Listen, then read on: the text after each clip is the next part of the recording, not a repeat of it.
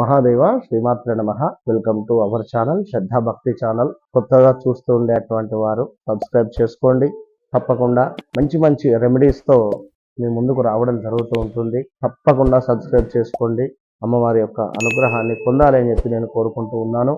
ముఖ్యంగా కూడా ఇక్కడ ఉద్యోగానికి సంబంధించి కానీ, లేదా వ్యాపారానికి సంబంధించింది కానీ, లేదా వివాహానికి సంబంధించినటువంటి పరిస్థితులలో కొంత అనుకున్నటువంటి పనులు అనుకున్నటువంటి విధంగా మీకు నెరవేరేటువంటి అద్భుతమైనటువంటి ఒక దీపారాధన.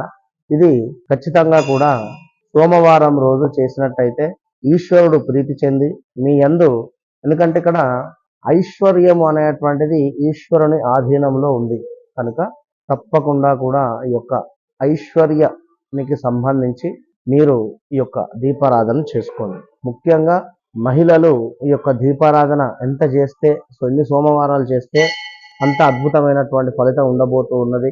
ఏం లేదు, కేవలం ఒక కొబ్బరికాయను తీసుకొని నారియల్ దీనిని ఈ విధంగా చక్కగా కూడా రెండు కూడా చేయాలి. ఇలా చుట్టూ కూడా మంచిగా తీసేసుకొని రెండుగా ఉండేటువంటి యొక్క కొబ్బరికాయను చక్కగా కూడా మీరు ఒక ప్లేట్లో బియ్యం పోసి ఆ యొక్క బియ్యంలో ఇది పెట్టండి. కింద చక్కగా తమలపాకులు లేదా తెల్ల జిల్లేడు ఆకులు దొరికినా కూడా అందులో పెట్టి బియ్యం పోయాలి.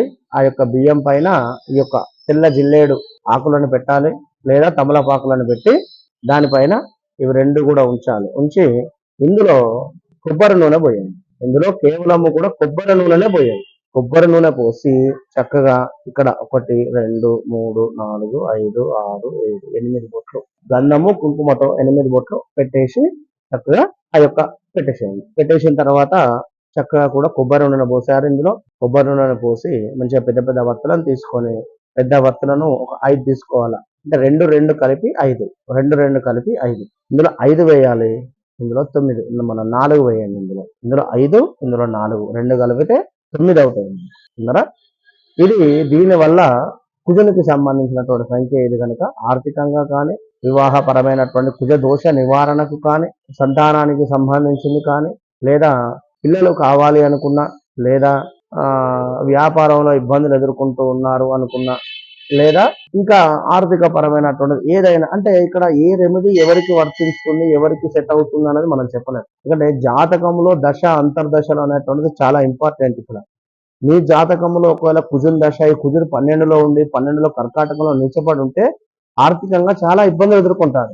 అప్పుడు ఈ రెమెడీ చేస్తే మంచి ఫలితం ఉంటుంది. అదే గురువుకు సంబంధించింది, గురువు నీచబడి ఉన్నాడు, మకరంలో గురుదశ నడుస్తూ ఉన్నది, ఆ 12లో మీకు ఉన్నాడు గురువు అనుకున్నట్టయితే అప్పుడు వేరే పరిహారం మీకు వర్తిస్తుంది. కనుక ఇది అర్థం చేసుకోండి. కొన్ని వేల పరిహారాలు ఉన్నవి కనుక అది మన జాతకరీత్యా నడిచేటువంటి దశ అంతర్దశల మీద ఆధారపడి ఉంటుంది. కనుక దశలు అంతర్దశలు చాలా ఇంపార్టెంట్ ఇక్కడ. ఎందుకంటే ఒకరికి మనసులో ఒక కోరిక ఉంటుంది, ఆ కోరికను అమ్మవారి ముందు వ్యక్తపరుస్తూ ఉంటారు, కానీ అది జరగడానికి కొంచెం సమయం పడుతుంది.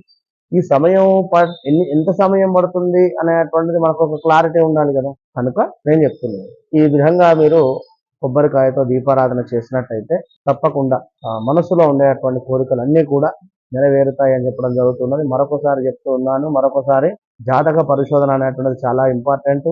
మన బ్లడ్ కు ఏ గ్రూపు, మన బాడీకి ఏ గ్రూప్ రక్తం అయితే బాగుంటుంది, మన బ్లడ్ గ్రూప్ ఏంటిదో అదే బ్లడ్ గ్రూప్ మనం ఎక్కించుకోవాలి. వేరే ఏదో రకమైనటువంటి బ్లడ్ గ్రూప్ ఎక్కించుకుంటే ఇబ్బందికరంగా ఉంటుందో అదే విధంగా జాతకంలో నడిచేటువంటి దశ అంతర్దశలు, భుక్తి ఉండేటువంటి నక్షత్రాలు, వీటిని బేస్ చేసుకొని చక్కగా కూడా మంచి మంచి రెమెడీస్ చేసుకున్నట్టయితే అద్భుతమైనటువంటి ఫలితం ఉంటుంది. ఈ విషయాన్ని దయచేసి గమనించుకోండి. కొత్తగా చూసేటువంటి వారు తప్పకుండా సబ్స్క్రైబ్ చేసుకోండి.